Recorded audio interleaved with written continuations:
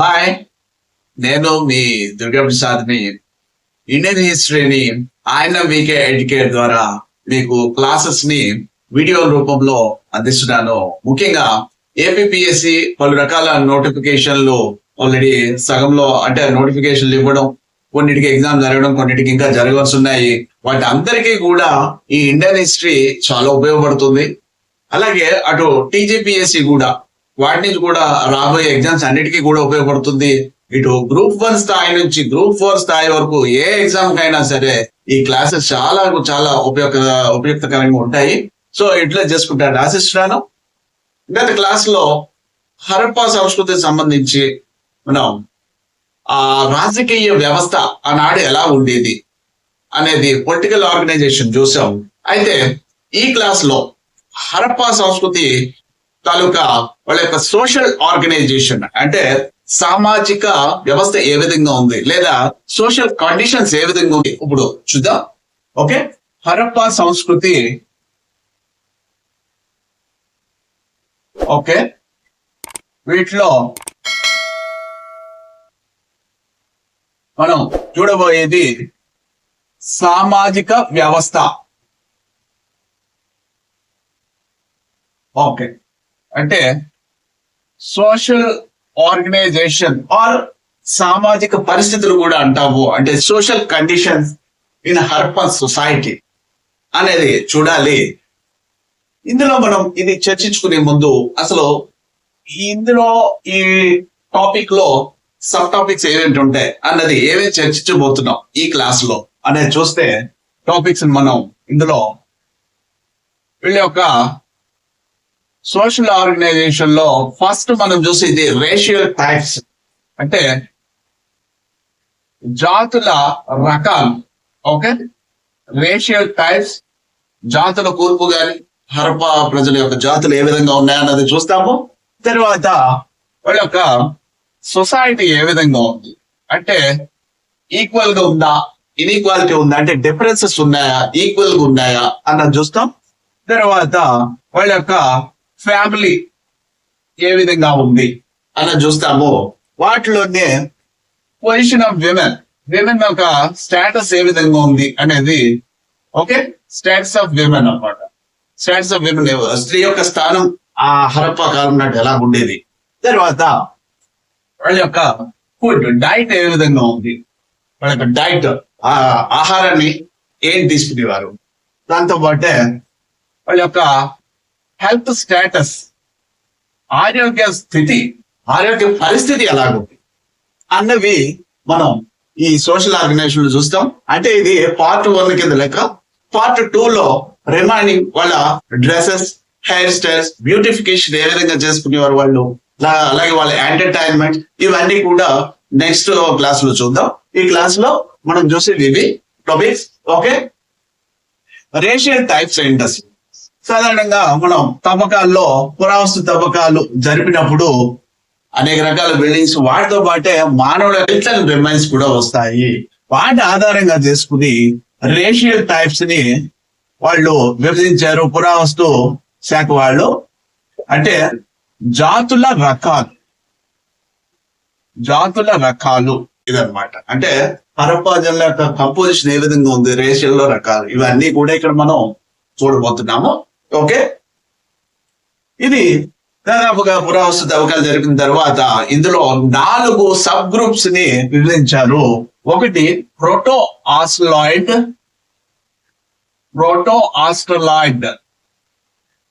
ఈ 4 సబ్ గ్రూప్లు ఇవి. తర్వాత మెడిటరేనియన్, తర్వాత మంగోలాయిడ్, తర్వాత ఆల్పైన్స్.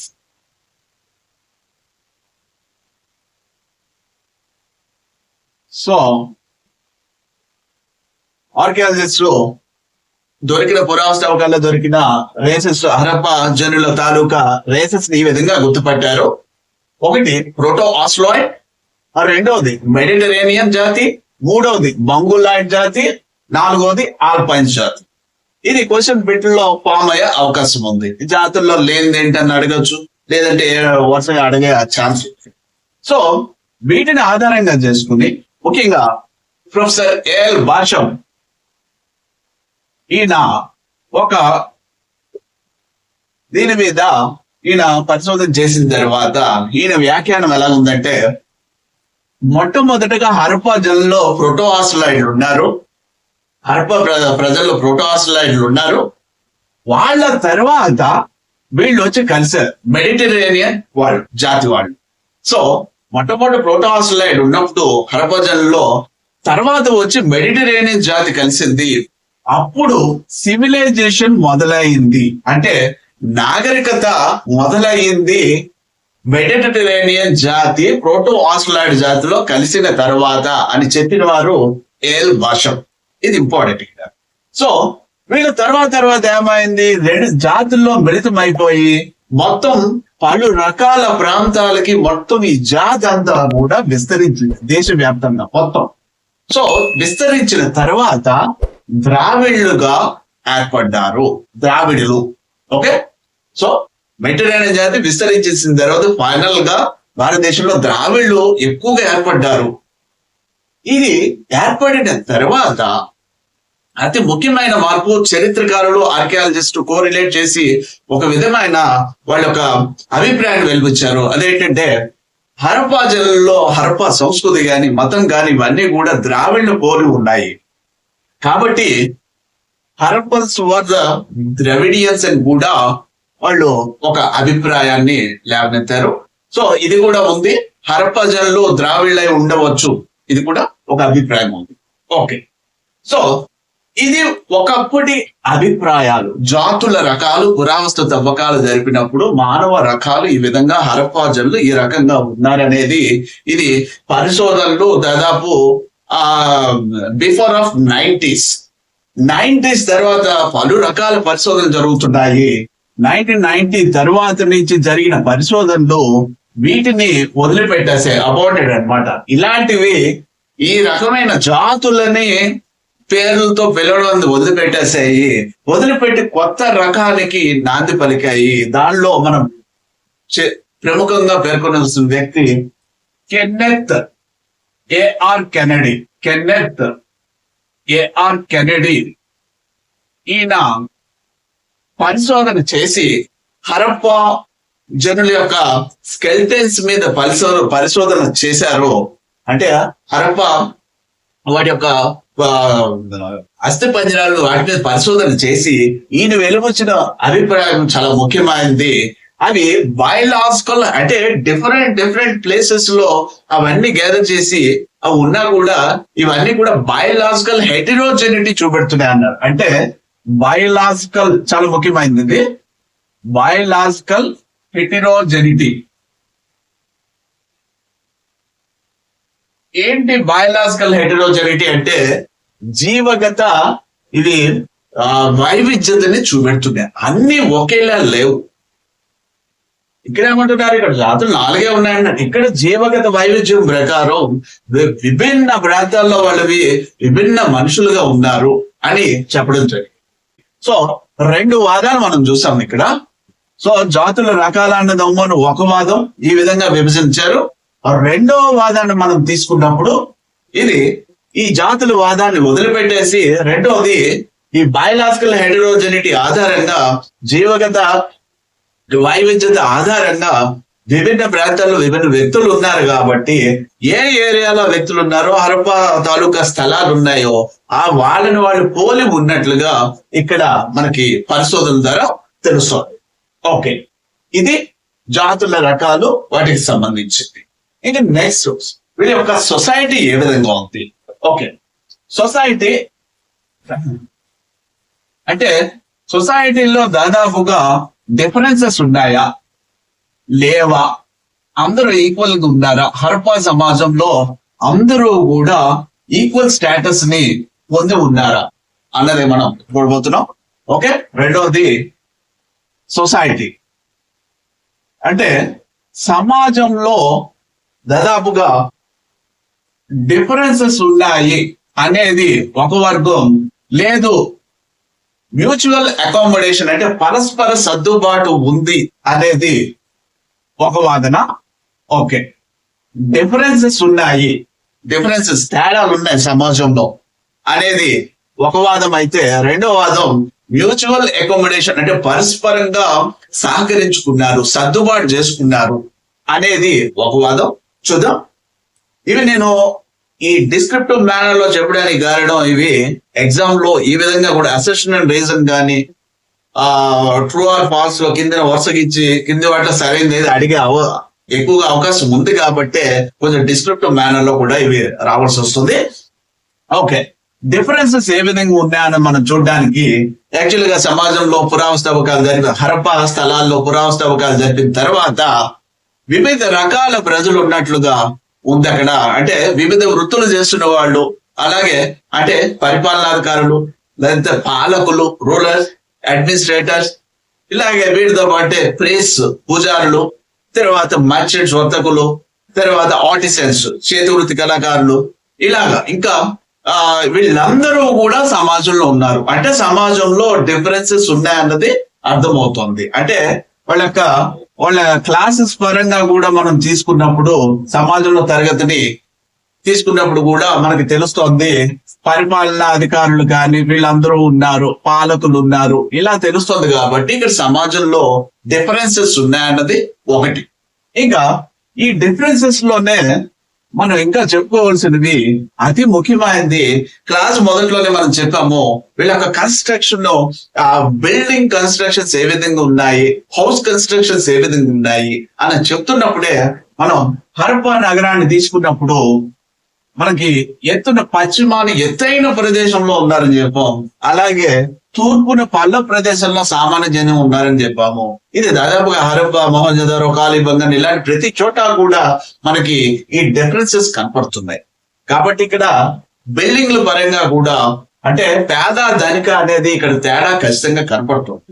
ఇంకా ప్రత్యేకించి ధోలవీర నగరం దగ్గర తీసుకుంటే పట్టణాన్ని మనం అంటే ఈ లోపలే గోడలు కట్టి డిఫరెన్షియేషన్స్ కూడా ఉన్నాయి. అంటే ఉన్నత వర్గాలు, మధ్య వర్గాలు, క్రింది వర్గాల కింద కూడా విభజించినట్లుగా మనం చెప్పవచ్చు. అక్కడ ఖచ్చితంగా హరప్పా సమాజంలో ఇన్ఈక్వాలిటీ, డిఫరెన్సెస్, సోషల్ డిఫరెన్సెస్ ఉన్నాయన్నది చెప్పవచ్చు. తర్వాత వీటితో పాటే మనకి ఇంకోటి కూడా ఆల్రెడీ లాస్ట్ క్లాస్ లో చెప్పాము, హరప్పా కోటలోనే మనకి ఈ ధాన్యాగారాలు, బిగ్ గ్రాండరీస్ అవి బయలుపడ్డాయని చెప్పాము. వాటి పక్కనే వాటిని బాగు చేయడానికి, ధాన్యాన్ని పొలాలను తెచ్చి ధాన్యాన్ని బాగు చేయడానికి వాటికి సంబంధించి కళ్ళాలు ఉన్నాయి. ఆ కళ్ళాలు పక్కనే 2-3 గదులున్న కూలీల ఇళ్ళు బహుశా ఉన్నాయి. అవి బహుశా కూలీల ఇళ్ళు అవుతాయి అన్నది కూడా ఆర్కియాలజిస్ట్ యొక్క ఇంటర్ప్రిటేషన్. సో ఇలాంటివి 2 గదులున్న ఇళ్ళు, ఇవన్నీ కూడా సోషల్ డిఫరెన్సెస్ మనకు చూపెడుతున్నాయి. అలాగే ఈ లోవర్ టౌన్ లో ఇళ్లను కూడా మనం గమనించినప్పుడు పెద్ద పెద్ద ఇల్లు 1-10-12 గదులు ఉన్న కొన్ని, ఒక గదే ఉన్నవి కొన్ని, ఇవన్నీ కూడా పేద ధనిక మధ్య ఖచ్చితంగా ఇవి డిఫరెన్సెస్ ని చూపెడుతున్నాయి. వాటితో పాటే మనం ఈవెన్ దో అతి ముఖ్యమైనది టాయ్స్ ను గమనించినప్పుడు కూడా, అంటే చిన్నపిల్లలు ఆడుకునే బొమ్మలను కూడా గమనించినప్పుడు కూడా ఇందులో మనకి తేడా కనపడుతుంది. ఫస్ట్ టైప్ తేడా, మొదటి రకం సాధారణంగా ఉన్నవి లోయర్ క్యాడర్ ప్రజలు వాడితే, క్రింది స్థాయి ప్రజలు వాడితే, రెండో రకం ఉన్నతంగా ఉన్నవి ఉన్నత వర్గ ప్రజలు వాడినట్లుగా మనకి ఆ పనితనంలో కానీ, ఆ బొమ్మల యూసేజ్ లో కానీ దాన్ని బట్టి మనకు తెలుస్తుంది. ఇది కూడా సమాజంలో డిఫరెన్సెస్ ఉన్నాయని చెప్తున్నాయి. ఈవేందో అతి ముఖ్యమైనది శవాలని పూడ్చే విధానంలో కూడా ఇక్కడ డిఫరెన్సెస్ కనపడుతున్నాయి. ఇన్ని రకాలుగా మనకి డిఫరెన్సెస్ సమాజంలో ఉంది అనేది మనకు తెలుస్తుంది. అయితే ఇంకా మరి అలా కాదు, సమాజంలో ఈ డిఫరెన్సెస్ అనేది పెద్దగా పట్టించుకోవాల్సిన అవసరం లేదు. ఇది దోపిడీ కాదు, ఒకళ్ళొకళ్ళు దోపిడీ చేసేసుకోవడం కాదు, మ్యూచువల్ అకామిడేషన్ గా పరస్పర సర్దుబాటు అని బిబి లాల్ చెప్తారు. ప్రఖ్యాత పురావశాస్త్రవేత్త బిబి లాల్. ఇది మనం దోపిడీగా చూడవలసిన అవసరం లేదు, ఎక్స్ప్లాయిటేషన్ కాదు, ఇది ఒకళ్ళొకళ్ళు దోపిడీ చేసుకోవడం కాదు. ఇది ముఖ్యంగా పరస్పరం సహకారంతో, పరస్పరం సర్దుబాటుతోటి పేద ధనిక ఉన్నారు అనేది బిబి లాల్ యొక్క ఒపీనియన్. సో క్వశ్చన్ వచ్చే అవకాశం ఉంది, ఈ కొటేషన్ బేస్ చేసుకుని వచ్చే అవకాశం ఉంది, లేదంటే డిఫరెన్సెస్ ఉన్నాయని ఎలా చెప్పగలుగుతున్నామంటే 1, 2, 3 క్లాసెస్ లో గానీ వాళ్ళకు కట్టడాల్లో గానీ ఇవన్నీ ఉన్నాయన్నది కింద నుంచి సరైనది ఏదైనా అడగచ్చు, లేదా డిస్క్రిప్టివ్ మేనర్ లో ఎస్ఐలు వచ్చినప్పుడు కూడా ఇది రాయడానికి మీకు చాలా ఉపయోగపడుతుంది. కాబట్టి సొసైటీలో 2 వర్గాలు ఉన్నాయి, అదే 2 వాదనలు ఉన్నాయి. సొసైటీ సమానత్వం ఉందని ఒక వాదం అయితే, సమానత్వం లేదు వాళ్ళు పరస్పరం సహకరించు సమానత్వంలోనే వాళ్ళు పరస్పరం సహకరించుకుంటారనేది మరొక వాదం. ఇది రైట్. సో తర్వాత వీళ్ళ యొక్క ఫ్యామిలీ ఏ విధంగా ఉంది అంటే వీళ్ళ యొక్క కుటుంబ వ్యవస్థ ఏ విధంగా ఉండేది. హరప్పా జనుల్లో సాధారణంగా మన కుటుంబాలు ఎలా ఉన్నాయండి? ఇప్పుడు మన కుటుంబాల్లో తీసుకుంటే మన కుటుంబాల్లో నాన్న పెద్ద అంటే మన కుటుంబాలన్నీ కూడా పితృస్వామ్యం సంబంధించినవి, అంటే ప్యాట్రియార్కల్ సంబంధించినవి మన కుటుంబాలు. ప్రస్తుత సమాజం రణార్థం అన్ని కూడా మ్యాట్రియార్కల్ కాదు, అంటే మాతృస్వామ్యం కాదు, ప్యాట్రియార్కల్ అంటే కుటుంబానికి పెద్ద తండ్రి స్థానంలో ఉన్న వ్యక్తి ఉంటారు, మేల్ ఉంటారు తప్పించి ఫిమేల్ కాదు. అయితే ఇక్కడ హరప్పా సమాజం పరిస్థితి అదే ఫ్యామిలీ ఏ విధంగా ఉండేది వీళ్ళది అన్నప్పుడు వీళ్ళ హెడ్ ఎవరు అన్నది మనకు క్లియర్ తెలియట్లే. అంటే ప్యాట్రియార్కల్ ఆర్ మ్యాట్రియార్కల్, పితృస్వామ్యమా మాతృస్వామ్యమా, ఈ రెండింటికి కూడా ఇక్కడ మనం భేదం చెప్పలేము. సో ఇది క్లియర్ గా మనకి తెలియట్లేదు మ్యాట్రియార్కల్, ఎందుకంటే మనకి ఏదైనా కూడా ఇక్కడ పురావస్తు తవ్వకాల మీద ఆధారపడి ఉంది, వాళ్ళ స్క్రిప్ట్ తెలియదు, మనకి చదవలేకపోతున్నాం, దానివల్ల మనకి క్లియర్ గా ఇక్కడ విషయాలు తెలియట్లే. అదే సమయంలో ప్రాచీన మన ఈజిప్ట్, దీని సమకాలీన నాగరికత ఈజిప్ట్ లో అయితే మాత్రం మనం మ్యాట్రియార్కల్ గా ఉన్నట్టుగా చెప్పవచ్చు. ఎందుకంటే ఈజిప్ట్ లో ప్రాపర్టీ గాని తర్వాత రాజ నిర్వహణ గాని అది ఆ డాటర్ కి ఇన్హెరిటెన్స్ గా వచ్చింది, వారసత్వంగా వచ్చింది. సో అక్కడ వారసత్వం అనేది ఈజిప్ట్ లో మాత్రం స్త్రీకి ఉండేది, అంటే అక్కడ మ్యాట్రియార్కల్ గా ఉన్నట్టుగా మనం చెప్పే అవకాశం ఉంది ఈజిప్ట్ లో. సో ఇక్కడ మాత్రం సమాజంలో ఫ్యామిలీలో హెడ్ ఎవరన్నది కానీ, అయితే బొమ్మల ప్రకారం కానీ లేదంటే కొంతమంది చరిత్రకారులు స్త్రీ దేవతకి ఎక్కువ విలువించారు కాబట్టి మ్యాట్రియార్కల్ అంటారు, కానీ అది ఇతిమితంగా ఎవరు చెప్పలేరు. కాబట్టి క్వశ్చన్ మాత్రం ఒక డౌట్ఫుల్ గా వచ్చే అవకాశం ఉంటుంది. నన్ ఆఫ్ ది అబవ్ మనం వీళ్ళంత వరకు ఇచ్చిన నన్ ఆఫ్ ది అబవ్ పెట్టడం ఉత్తమం. అది తర్వాత సో ఈజిప్ట్ మాదిరిగా ఇక్కడ మ్యాట్రియార్కల్ లేదు, కేవలం ఇక్కడ మనం చెప్పలేని పరిస్థితి. ఇక్కడ ఇన్హెరిటెన్స్ అనేది క్లియర్ గా ఇక్కడ తెలీదు, వారసత్వాలు ఎవరికి ఉన్నాయి ఏంటి అన్నది. తర్వాత స్టాటస్ ఆఫ్ విమెన్ అంటే స్త్రీ తాలూకా స్థానం ఆ సమయంలో స్త్రీల యొక్క పరిస్థితి ఏ విధంగా ఉండేది, లేక మనం చూసినప్పుడు స్థితి ఏ విధంగా ఉంది అంటే ఇప్పుడు మనం చెప్పుకున్నాం సేమ్ అలాగే వస్తుంది. అక్కడ క్లియర్ గా మనం చెప్పకపోయినా మనకి బొమ్మల ప్రకారం అంటే టెర్రకోట ఫిగరింగ్స్ ఉంటాయి, అంటే ఎర్ర మట్టి బొమ్మలు చాలా ముఖ్యమైనవి. హరప్పా కాలం నాటి వాళ్ళ స్థితిగతులు తెలుసుకోవడానికి మనకి ఎక్కువగా ఉపయోగపడేది టెర్రకోట ఫిగరింగ్స్. ఇవి ఈ ఎర్ర మట్టి బొమ్మల ద్వారా మనకి చాలా వరకు వివరాలు అందుతున్నాయి. ఎక్కువగా ఆ బొమ్మల్లో ఎక్కువగా స్త్రీలకు సంబంధించినవే, విమెన్ కి సంబంధించినవి ఎక్కువగా ఉండేవి. ఎక్కువ బొమ్మలు హరప్పా కాలం నాటి బొమ్మలు ఎక్కువగా స్త్రీలకు సంబంధించినవే ఒకటి. తర్వాత రెండవది మాతృదేవత, ఇది మనం ఎలాగ రిలీజియస్ కండిషన్ లో చూస్తాం, అది ఇలాగ మదర్ గాడెస్ ని పూజించినట్లుగా మనకి బొమ్మల ద్వారా తెలుస్తోంది. అయితే ఎక్కువగా అత్యధికంగా బొమ్మలు ఇప్పుడు రిలీజియస్ పరంగా స్త్రీని దేవతగా మనం గాడెస్ గా చూడటం అనేది ఇక్కడ ఉంది ఒకటి.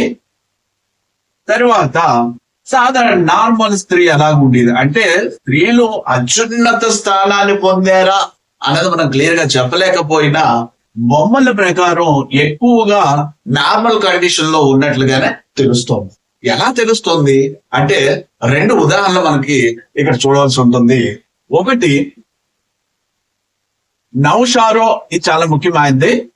నౌషారో, మొహంజదారో, హరప్పాల వద్ద కొన్ని బొమ్మలు దొరికాయి, టెర్రకోట ఫిగర్స్ దొరికాయి. అవి ఏంటంటే స్త్రీలు వంట పనుల్లో పార్టిసిపేట్ చేస్తున్నట్లుగా, అక్కడ వంట పనుల్లో వాళ్ళు పాల్గొన్నట్లుగా ఆ బొమ్మలు చూపెడుతున్నాయి.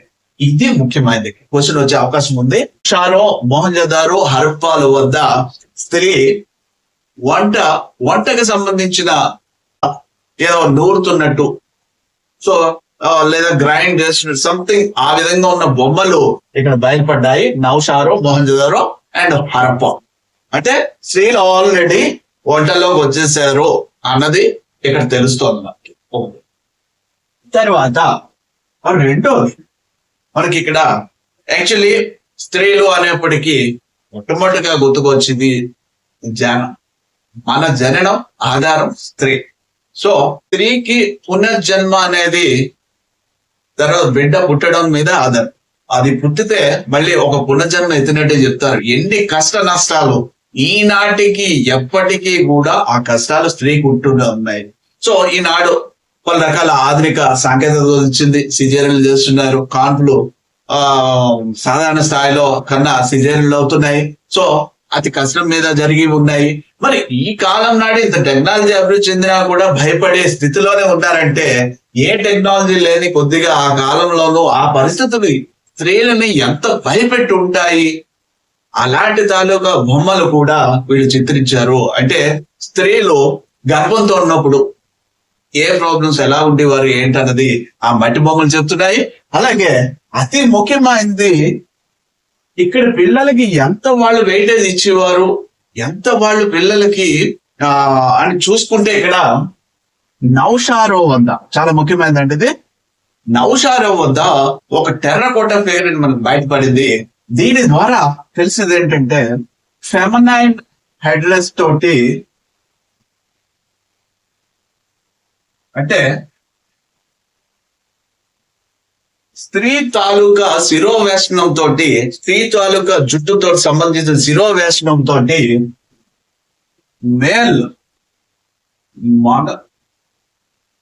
మేల్ పురుషుడు ఒక బిడ్డని, అంటే ఇన్ఫాంట్ ని, తన ఇన్ఫాంట్ మోస్తున్నట్లుగా ఈ బొమ్మ ఉంది. ఇక్కడ చాలా ముఖ్యమైనది. మళ్ళీ చెప్తాంట, నౌషారో దగ్గర ఒక టెర్రకోట దగ్గర బయలుపడింది, ఎర్ర మట్టి బొమ్మ బయలుపడింది. ఇది చాలా అసలు ఎక్కడ దొరికింది, విచిత్రమైంది. బొమ్మ ఎలా ఉందంటే పురుషుడు ఒక బిడ్డను ఎత్తుకుని ఉన్నాడు. ఇది మామూలుగా జరిగింది. కానీ అతని హెడ్ డ్రెస్ మాత్రం ఫెమినైన్ హెడ్ డ్రెస్ ని, అంటే స్త్రీ తాలూకా శిరోవేషణాన్ని పోలిపో. దీన్ని ఎలా ఇంటర్ప్రిట్ చేయొచ్చు మనం అంటే, దాదాపుగా పిల్లలు ఆనాటి సమాజంలో వాళ్ళు ఎంత జాగ్రత్తగా చూసుకునేవారు అన్నది ఒకటి తెలుస్తుంది. రెండవది ఫెమినైన్ హెడ్ డ్రెస్ తోటి ఎప్పుడు ఉంటారండి పురుషులు సాధారణంగా ఏదైనా మొక్కులు తీర్చుకునేటప్పుడు కానీ ఏదైనా చేసినప్పుడు ఓ దేవత దగ్గరికి వెళ్ళినప్పుడు తమ మొక్కులు తీర్చుకోవడానికి ఏం చేస్తారు, ఒక్కొక్కసారి అమ్మవారి అవతారాలని అలాంటివి వాళ్ళ హెడ్ డ్రెస్సుల్ని వాళ్ళు ధరిస్తూ ఉంటారు. ఇలాంటిది ఇక్కడ మనం చెప్పుకునే అవకాశం ఉంది. సో ఇలాంటిది ఫెమినైన్ హెడ్ డ్రెస్ తోటి నౌషారో వద్ద బయలుపడింది. ఇది మేల్ పురుషుడు, స్త్రీ కాదు, పురుషుడు ఆడవారి హెడ్ డ్రెస్ తోటి ఉండి పిల్లని ఎత్తుకున్నాడు, హోల్డింగ్ ఏ ఇన్ఫాంట్. ఓకే, అది మనకి ఇక్కడ నౌషారో దగ్గర కనపడుతుంది. అంటే స్త్రీలకి వాళ్ళ పిల్లలకి వెయిటేజ్ ఎలా ఇస్తున్నారు ఆ కాలం నాడు అనేది కొద్దిగా ఊహించవచ్చు. అలాగే ఇంకొక విషయం ఇక్కడ చెప్పవలసింది, ఫ్యామిలీలో ఇక్కడ కుల వ్యవస్థ కూడా లేదు. ఫ్యామిలీలో కుల వ్యవస్థ అనేది హరప్పా కాలం నాడు కుల వ్యవస్థకు సంబంధించి ఎక్కడేం లేవు, సోషల్ డిఫరెన్స్ ఉన్నాయి. అలాగే స్త్రీలకు కూడా ఎక్కువగా నార్మల్ గా ఉన్నట్టుగానే మనకు తెలుసు. ఓకే, ఇవి స్టేటస్ ఆఫ్ విమెన్, ఫ్యామిలీలో ఎలాగున్నారు ఏంటన్నది. తర్వాత వీళ్ళ యొక్క ఫుడ్ ఏ విధంగా తీసుకున్నారు, డైట్ ఏంటి అన్నది చూద్దాం. ఓకే, డైట్ అంటే మరి ఇంత వీళ్ళు సాంకేతికంగా అభివృద్ధి చెందారు, ఇంత కష్టపడుతున్నారు, ఇంత చేస్తున్నప్పుడు వీళ్ళ యొక్క డైట్ ఏ విధంగా ఉండేది, వెజిటేరియన్సా నాన్ వెజిటేరియన్సా, వీళ్ళు ఏంటి అసలు వీళ్ళ డైట్ లో ఏమేమి తీసుకునేవారు వీళ్ళది అని తీసుకున్నప్పుడు వీళ్ళు ఫుడ్ మనం వీళ్ళు రకరకాలు వాడారు, సిరియల్స్ వాడారు, తర్వాత మిల్లెట్స్ వాడారు, తర్వాత ఆయిల్ సీడ్స్ వాడారు, పల్సెస్ వాడారు, తర్వాత ఆ ఇంకా వెజిటబుల్స్ వాడారు. ఇలా రకాలు నాన్ వెజిటేరియన్స్ కూడా రకరకాలు వీళ్ళు వాడారు. వీటిలో మనం ముఖ్యంగా చెప్పుకోవాల్సింది సిరియల్స్ లో వీళ్ళు అంటే ధాన్యం, తృణధాన్యం తినేవి ధాన్యాల్లో వీట్, బార్లీ చాలా ముఖ్యమైనవి. గోధుమ, బార్లీ వాళ్ళ ప్రధాన ఆహారం. దాంతో పాటు రైస్ కూడా ఉండేది, కానీ రేర్ ఉండేది. సో క్వశ్చన్ ఇక్కడ వచ్చే అవకాశం ఉంది. వీట్, బార్లీ ప్రధానమైన ఆహారం వీళ్ళది, గోధుమ, బార్లీ. నేను ఇక్కడ పంటల కోసం డీటెయిల్ వెళ్ళను, ఎందుకంటే ఎకనామిక్ కండిషన్స్ లో వాళ్ళక అక్కడ మొత్తం వాళ్ళకి అగ్రికల్చర్ సిస్టమ్ ఏ విధంగా ఉంది, సీజన్స్ ఏంటి, ఖరీఫ్ రబీ ఇక్కడ అక్కడ వస్తాయి. కాబట్టి డీటెయిల్స్ ఇక్కడ వద్దు, జస్ట్ ఓకే ఏమేంటి అన్నది మాత్రం. ఓకే, వీట్, బార్లీ వీళ్ళు తీసుకునేవారు ప్రధానంగాను. అప్పుడప్పుడు రైస్ కూడా ఉండేది. తర్వాత వీళ్ళు ఇంకా మిల్లెట్స్ తీసుకునేవారు. తర్వాత పల్సెస్ కూడా తీసుకునేవారు. తర్వాత చిక్పీ అంటే శనగలు ఇలాంటివి వీళ్ళు తీసుకునేవారు. బఠానీలు, చిక్పీలు ఇవన్నీ కూడా వీళ్ళు తీసుకోవడం జరిగేది. తర్వాత ఇంకో ఆయిల్ సీడ్స్ చాలా ముఖ్యమైనది. ఆయిల్ సీడ్స్ లో లిన్సీడ్ అంటే అవిసె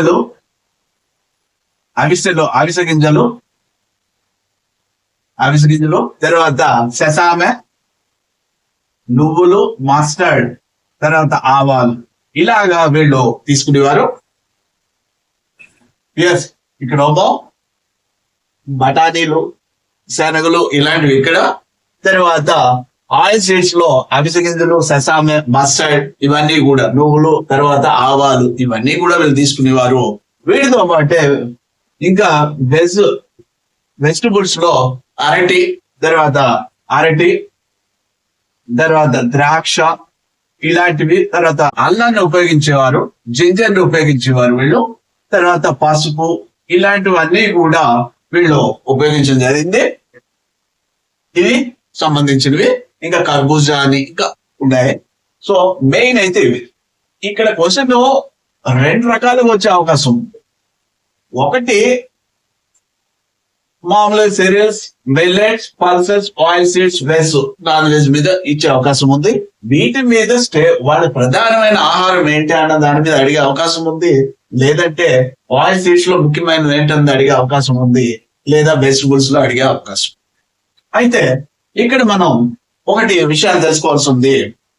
గోధుమ సంబంధించి బ్రెడ్ తయారీ అంటే రొట్టెలు తయారీ అన్నమాట. కాళీబంగన్ క్వశ్చన్ వచ్చే అవకాశం ఉంది. కాళీబంగన్ వద్ద ఇది 5000 ఓకే BCE, బిఫోర్ కామన్ ఎరా, అంటే ప్రీ హరప్పన్ కాలానికి సంబంధించి కాళీబంగన్ వద్ద tandoori ovens, tandoor ovens okay ఇవి బ్రెడ్ తయారు చేయడానికి ఉపయోగించేవారు. తందూరి పొయ్యలు కాళీబంగన్ వద్ద బయలుపడ్డాయి. తొలిసారిగా బ్రెడ్ చేస్తున్న ఆనవాళ్ళు ఇక్కడ అంటే కాళీబంగన్ వద్ద ప్రథమంగా రొట్టెల తయారీకి ఉపయోగించే తందూరు ఓవెన్స్ మనకి క్రీస్తుపూర్వం 5000 నాటికే లభించాయి అన్నది మనకి ఇక్కడ పురావస్తు తవ్వకాల ద్వారా తెలుస్తుంది. క్వశ్చన్ వచ్చే అవకాశం ఉంది. అలాగే ఇంకొకటి కూడా మనం ఎగ్జాంపుల్ చెప్పుకోవాల్సి ఉంది. బాలు అనే ఏరియా, ఇది హర్యానా. ఇక్కడ దాదాపుగా చాలా రకాలు మనం చెప్పుకున్న దాంట్లో ఇవన్నీ బయలుపడ్డాయి. ముఖ్యంగా గార్లిక్ ఫస్ట్ ఆనవాళ్ళు ఇక్కడే, గార్లిక్ అంటే వెల్లుల్లి తాలూకా ఆనవాళ్ళు ఇక్కడ లభించాయి. బాలు అనే ఏరియా హర్యానా దగ్గర గార్లిక్, తర్వాత వీటు, బార్లీ, ఇంకా ఉలవలు, తర్వాత ద్రాక్ష ఇలా రకరకాలు ఇక్కడ బయలుపడ్డే మొత్తం ఈ బాలు అనే ఏరియా దగ్గర. తర్వాత నువ్వులు, ఇవన్నీ కూడా నువ్వులు ఓకే ఇవన్నీ బాలు అనే ఏరియా దగ్గర బయలుపడ్డాయి. క్వశ్చన్ లో ఇక్కడ ఇక్కడ వచ్చే అవకాశం ఉంటుంది, జాగ్రత్త చూసుకోవాలి. బాలు హర్యానా మొట్టమొదటిగా వెల్లుల్లి తాలూకా ఆనవాళ్ళు, అలాగే వేటు బాలు ఉలువలు నువ్వులు ఇలా రకరకాలు అన్ని కూడా ద్రాక్ష ఇవన్నీ ఇక్కడ బయలుపడ్డాయి తవ్వకాల్లో బాలు అనే ఏరియాలో. అంటే వీళ్ళన్నీ పండించారని ఇక్కడ అర్థం. ఇక్కడేమో తందూరి ఓవెన్స్ ధరించారు. మరి ప్యూర్లీ అప్పుడు మనం జరుపుకుంది ఇది వెజిటబుల్ ఫుడ్స్ సంబంధించి శాకాహారం. మరి మాంసాహారం ఎలా ఉంది? వీళ్ళ యొక్క నాన్ వెజ్ ఏ విధంగా ఉంది అంటే బీఫ్ తీసుకునేవారు, తర్వాత పోర్క్ పందిని తీసుకోవడం, తర్వాత ఇంకా గోట్, షీప్, ఇలా మేక, గొర్రె ఇవన్నీ కూడా వీళ్ళు ఇవన్నీ తీసుకునేవారు. ఘరియల్ ఇలాగా వీటన్నిటినీ కూడా ఆహారంగా తీసుకోవడం జరిగింది. కోడి, తర్వాత ఇవన్నీ కూడా ఆహారంగా నాన్ వెజిటేరియన్ తీసుకోవడం జరిగింది. అయితే షికార్పూర్ దగ్గర ఇక్కడ తవ్వకాలు జరిపినప్పుడు విపరీతంగా అసలు చెప్పడానికి చాలా పెద్ద మొత్తంలో వీటి తాలూకా బోన్స్ విపరీతంగా వీళ్ళు నాన్ వెజిటేరియన్ ఎక్కువగా తీసుకున్నారని దానికి బెస్ట్ ఎగ్జాంపుల్ గా మనం షికార్పూర్ లో బయలుపడినవి రకరకాల తాలూకా జంతువుల యొక్క బోన్స్ విపరీతంగా బయలుపడ్డాయి. వీటి మీద పరిశోధన చేసినప్పుడు వాళ్ళు చాలా ఒక స్పెషల్ ఇంట్రెస్ట్ నోట్ ఏంటంటే ఇక్కడ చెప్పవలసింది, డొమెస్టికేటెడ్ యానిమల్స్ నే వీళ్ళు ఎక్కువగా ఆహారం తీసుకున్నారనేది. అంటే బఫెలోనా లేదంటే షీప్ గాని గోట్ గాని వీటిని ఆహారంగా ఇక్కడ ఈ ఏరియాలో తీసుకున్నారనేది మనకి పురావస్తు తవ్వకాలు పరిశోధన ద్వారా తెలుస్తున్నాయి. క్వశ్చన్ వచ్చే అవకాశం ఉంది. ప్యూర్లీ డొమెస్టికేటెడ్ ఎక్కువ అతి విపరీతంగా వైల్డ్ యానిమల్స్ అనేవి అటవీ జంతువులు వీళ్ళన్నీ కూడా ఫర్దర్ స్టేజెస్ తీసుకున్నారు. కానీ మొదట్లో మాత్రం షికార్పూర్ ఏరియాలో ప్రజలు వాటిని పెంచుకుని వాటిని డొమెస్టికేట్ చేసుకున్న వాటి మీదే ఆ క్యాటిల్ మీద వాటి మీద ఆధారపడే వీళ్ళు మొత్తానికి జీవించేవారు అన్నది ఈ ఏరియాని బట్టి తెలుస్తాం. సో వీళ్ళ ఫుడ్ చూసాం. ఇంకా వీళ్ళ హెల్త్ కండిషన్ ఎలా ఉంది? మరి ఫుడ్ తిన్నారు, మరి హెల్త్ కూడా ఎలా ఉండేది వీళ్ళది అని చూసినప్పుడు వీళ్ళ యొక్క హెల్త్ మీద సంబంధించి కూడా పరిశోధనలు జరుగుతున్నాయి. పరిశోధనలు జరిగినప్పుడు వెరైటీ పరిశోధనలో విషయాలు తెలిసాయి. ఆశ్చర్యపోవడం అనేది కూడా ఓ రకంగా తెలుస్తుంది పరిశోధన ద్వారా. వీళ్ళ యొక్క పరిశోధనలో హెల్త్ స్టేటస్ ఏ విధంగా ఉంది? ఓకే, అంటే వీటి మీద పరిశోధన ఫస్ట్ దేని మీద చేసిన మనం చూడవలసింది కెనోయర్, జేఎం కెనోయర్. జేఎం కెనోయర్ ఈయన హరప్పా వద్ద R37 సిమెట్రీ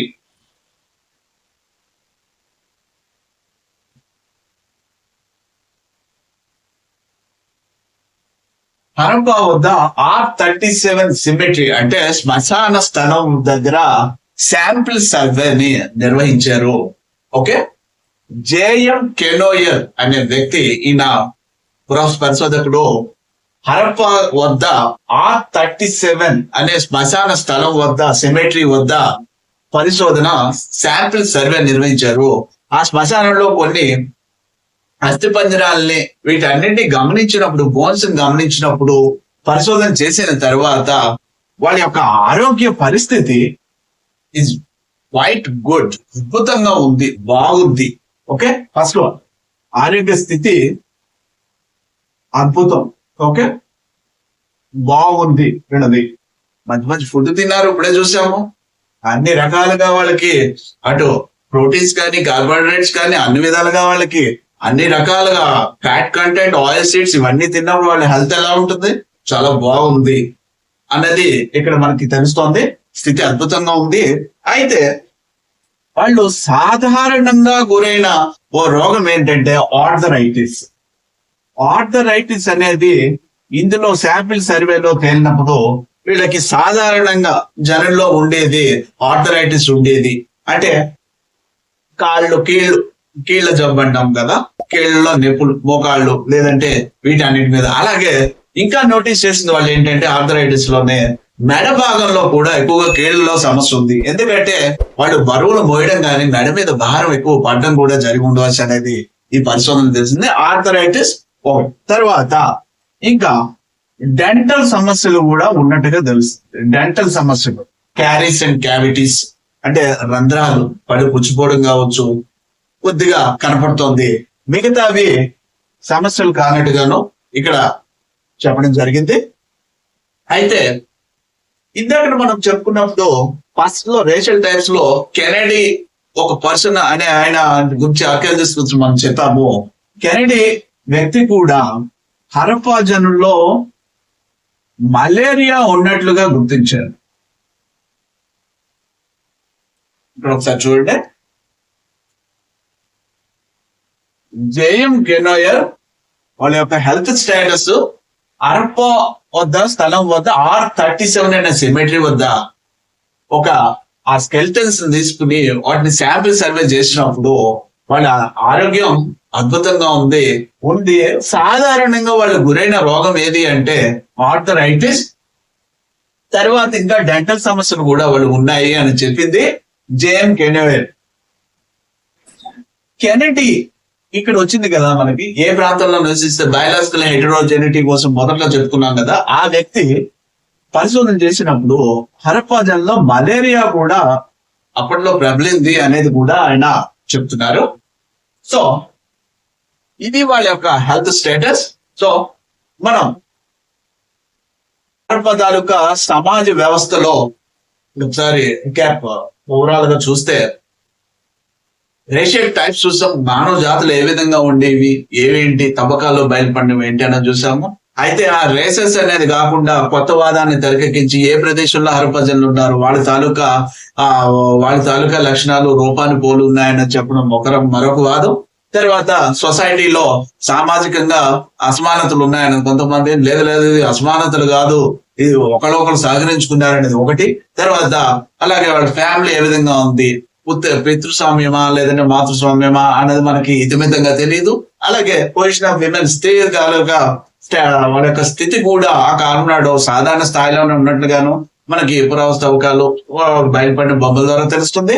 తర్వాత ఇంకా ఫుడ్ కి సంబంధించి కూడా మనం వీటికి సంబంధించి ఈ ఫుడ్ ది వాళ్ళు వెజ్, నాన్ వెజ్ రకరకాలు ధాన్యాలు, ఆయిల్ సీడ్స్ ఇవన్నీ కూడా వాళ్ళు తీసుకున్నారు, ఫ్రూట్స్ ఇవన్నీ కూడాను.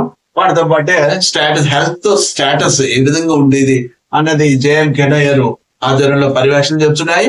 సో ఇది మనం ఇప్పుడు చూసిన ఓవరాల్ గా ఈ క్లాస్ లోను. ఇక రిమైనింగ్ వాళ్ళ యొక్క ఇంకా డ్రెస్ స్టైల్ ఏ విధంగా ఉంది, హెయిర్ స్టైల్స్ ఏ విధంగా ఉండేవి, వాళ్ళ బ్యూటిఫికేషన్ కోసం పర్సనల్ గా ఏమేం చేసేవారు, అలాగే వాళ్ళ ఎంటర్టైన్మెంట్ అనేది నెక్స్ట్ క్లాస్ లో చూద్దాం.